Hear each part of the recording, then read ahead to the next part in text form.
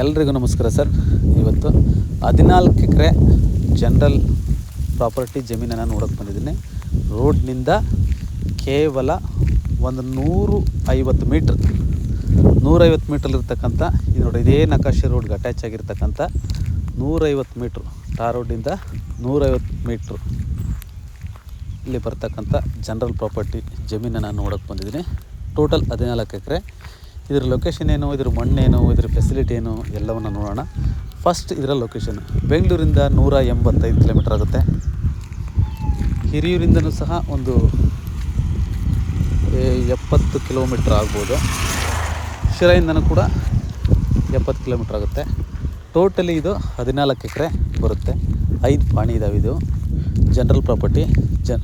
ಮೂಲದಲ್ಲಿಯೂ ಜನರಲ್ಲೇ, ಇವತ್ತು ಜನರಲ್ಲೇ. ಇಷ್ಟು ಇದರ ಲೊಕೇಶನ್. ಇದು ಚಳ್ಳಕೆರೆ ತಾಲೂಕಲ್ಲಿ ಬರುತ್ತೆ.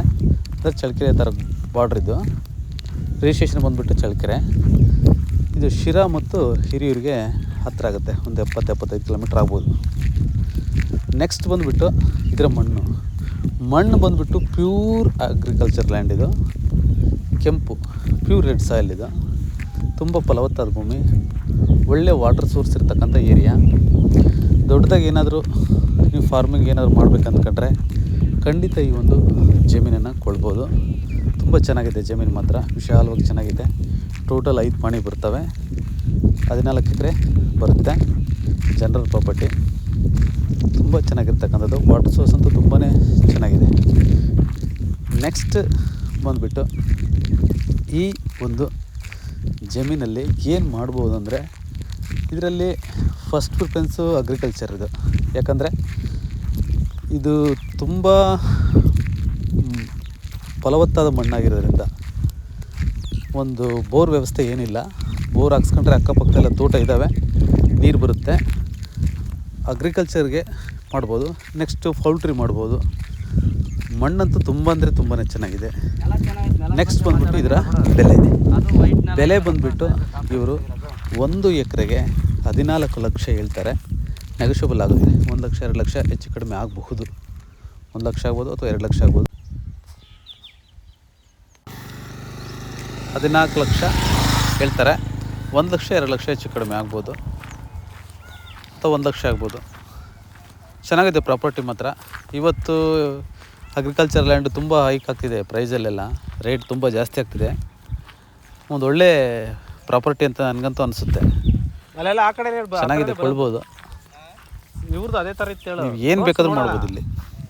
ಅಂದರೆ ಕಮರ್ಷಿಯಲ್ಲಾಗಿ ಏನು ಟಾರೋಡ್ ಟಚ್ ಇಲ್ಲ. ಅಷ್ಟು ಬಿಟ್ಟರೆ ಅಗ್ರಿಕಲ್ಚರ್ ಅಂತ ಎಕ್ಸಲೆಂಟ್ ಇದೆ ಮಾಡೋದಕ್ಕೆ. ವಾಟರ್ ಸೋರ್ಸ್ ಕೂಡ ತುಂಬ ಚೆನ್ನಾಗಿದೆ ಇಲ್ಲೆಲ್ಲ. ಎಲ್ಲ ತೋಟಗಳೆಲ್ಲ ಮಾಡ್ತಿದ್ದಾರೆ ಆ ಕಡೆ ಈ ಕಡೆ ಎಲ್ಲ. ತುಂಬಾ ಚೆನ್ನಾಗಿದೆ. ಮಣ್ಣು ಕೂಡ ಹಾಗೆ ಇದೆ. ನೀವು ಯಾವ ಥರದ ಬೆಳೆ ಬೇಕಾದ್ರೂ ಬೆಳಿಬೋದು. ಅಡಿಕೆ, ತೆಂಗು, ಬಾಳೆ ಯಾವ್ದು ಬೇಕಾದ್ರೂ ಮಾಡ್ಬೋದು. ಇಲ್ಲಿ ಸದ್ಯಕ್ಕೆ ಬೋರ್ನ ವ್ಯವಸ್ಥೆ ಇಲ್ಲ. ಅವ್ರು ಬೋರ್ ಹಾಕಿಲ್ಲ.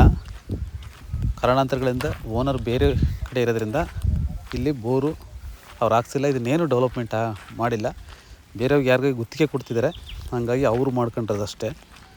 ಜಮೀನಂತೂ ತುಂಬ ಚೆನ್ನಾಗಿದೆ, ಮಾಡ್ಕೋಬೋದು. ಅಗ್ರಿಕಲ್ಚರ್ಗೆ ಒಂದು 15 ಎಕರೆ 20 ಎಕರೆಯಲ್ಲಿ ಒಂದು ಒಳ್ಳೆ ಅಗ್ರಿಕಲ್ಚರ್ ಮಾಡ್ತೀನಿ ಅಂತ ಅನ್ನೋರಿಗೆ ಮಾಡ್ಬೋದು.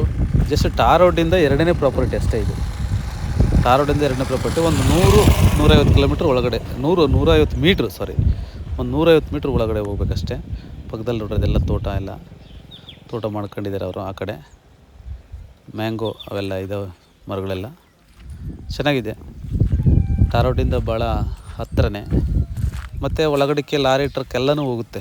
ಆ ಥರದ ರೋಡ್ ಇದು. ತುಂಬ ಅಂದರೆ ತುಂಬ ಚೆನ್ನಾಗಿದೆ, ಮಾಡ್ಬೋದು. ಇವತ್ತು ರೇಟೆಲ್ಲ ಜಾಸ್ತಿ ಆಗಿರೋದ್ರಿಂದ ಇದು ಕೂಡ ಒಳ್ಳೆ ಪ್ರಾಪರ್ಟಿ ಅಂತ ಹೇಳ್ಬೋದು. Thank you sir, thank you very much. ಎಲ್ಲರಿಗೂ ಒಳ್ಳೆಯದಾಗಲಿ.